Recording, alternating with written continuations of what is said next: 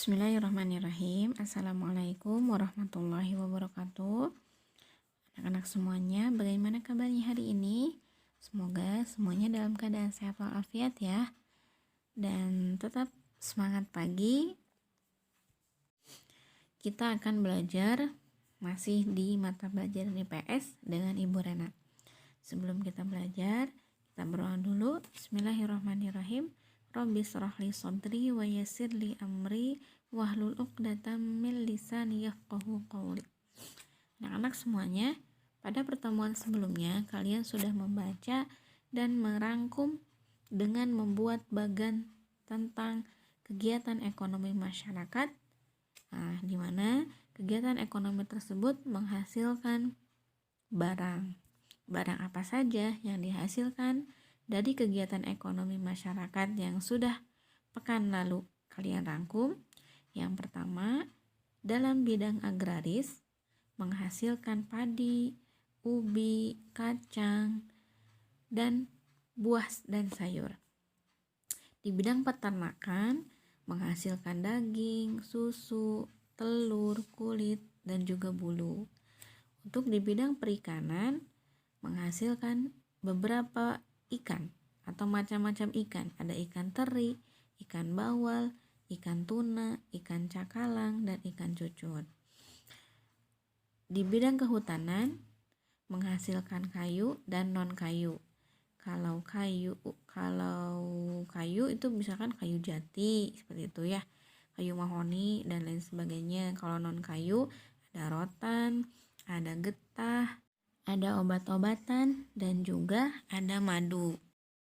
Untuk di bidang pertambangan menghasilkan besi, tembaga, batu, pasir, minyak bumi, batu bara, gas alam, dan lain sebagainya. Di bidang perdagangan, ini melakukan proses membeli barang kemudian dijual kembali.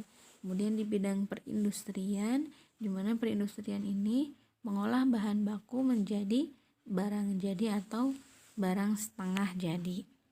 Nah, pada pertemuan hari ini kita akan mengenal usaha di bidang jasa. Usaha di bidang jasa itu contohnya ada salon, bengkel, dan laundry, kemudian dan lain sebagainya ya yang terkait bidang jasa. Nah, kita akan lihat jenis usaha dan kegiatan ekonomi yang menghasilkan jasa. Yang pertama yang menghasilkan jasa itu ada jasa pariwisata. Kegiatan pariwisata ini antara lain usaha penginapan, biro wisata, pemandu wisata, kemudian ada persewaan peralatan, dan jasa akomodasi. Jasa pariwisata ini dapat dibedakan menurut motif wisatawan untuk mengunjungi suatu tempat. Nah, kita akan lihat pembagiannya seperti apa. Yang pertama, ada wisata budaya. Wisata budaya merupakan kegiatan perjalanan yang dilakukan oleh seseorang atau kelompok dengan mengunjungi tempat-tempat tertentu untuk rekreasi, pengembangan pribadi, mempelajari daya tarik budaya, dengan memanfaatkan potensi budaya dari tempat yang dikunjungi. Itu adalah wisata budaya. Setelah wisata budaya ada yang namanya wisata bahari. Wisata bahari ini merupakan kegiatan menikmati keindahan dan keunikan wilayah di sepanjang pesisir pantai dan laut. Contohnya untuk wisata bahari ini itu ada diving, ada olahraga air, ada menikmati hasil laut. Contohnya pokoknya yang berkaitan dengan pantai dan laut. Yang selanjutnya ada wisata alam. Kegiatan yang dilakukan untuk mengunjungi tempat tertentu dengan memanfaatkan sumber daya alam. Contohnya untuk wisata alam, misalkan wisata gunung, wisata hutan, dan lain sebagainya. Yang keempat ada wisata edukasi. Wisata edukasi ini merupakan perjalanan wisata yang memiliki nilai pendidikan. Biasanya untuk kegiatan wisata edukasi ini dilakukan oleh institusi pendidikan. Contohnya adalah sekolah.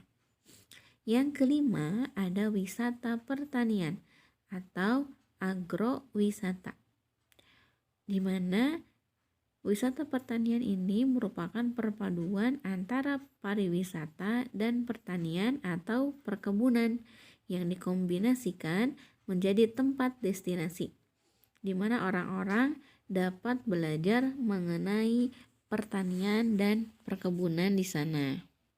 Nah, itulah jenis-jenis pariwisata. Sekarang selanjutnya, yang kedua, yang menghasilkan jasa ada jasa komunikasi dan transportasi. Untuk di bidang komunikasi, ada contoh perusahaan Telkom misalnya, di mana menyediakan data internet dan televisi berlangganan. Karena pada zaman sekarang semuanya sudah menggunakan teknologi ya dalam berkomunikasi gitu. Yang untuk di bidang transportasi, di mana transportasi ini memberikan kemudahan bagi setiap orang untuk melakukan perjalanan jauh dengan cepat. Contohnya misalkan ada sopir, ada tukang beca, ada tukang ojek, ada pilot, ada masinis, dan nahkoda merupakan profesi yang menyediakan jasa di bidang transportasi. Yang selanjutnya ada jasa perbankan dan keuangan. Perbankan merupakan kegiatan yang menghasilkan jasa terkait keuangan berupa kredit. Contoh lainnya di bidang keuangan ada asuransi, pegadaian, dan perusahaan penjaminan kredit. Nah, setelah perbankan dan keuangan ada jasa kesehatan dan pendidikan. Untuk di bidang pendidikan ada bimbingan belajar, kursus komputer dan bahasa asing, serta kursus keterampilan lainnya. Untuk di bidang kesehatan ada rumah sakit atau klinik yang bergerak di bidang jasa, yaitu catering sehat, salon, dan refleksiologi, dan jasa konsultasi kesehatan. Berdasarkan sifatnya, usaha jasa terbagi menjadi dua. Berdasarkan sifatnya, usaha menjadi dua. Yang pertama, jasa profesi adalah pelayanan jasa yang diberikan oleh seseorang yang memiliki keahlian tertentu, misalnya dokter. Yang kedua, jasa keterampilan, yaitu pelayanan jasa yang diberikan melalui keterampilan yang dimiliki, misalnya tukang cukur. Nah, alhamdulillah itu untuk materi mengenai kegiatan ekonomi yang menghasilkan jasa. Sampai sini dulu untuk pertemuan hari ini. Kita ketemu lagi pekan depan. Tetap semangat, tetap jaga kesehatan. Mudah-mudahan semuanya senantiasa dalam keadaan sehat walafiat. Ibu tutup. Alhamdulillahirabbil alamin. Wassalamualaikum warahmatullahi wabarakatuh.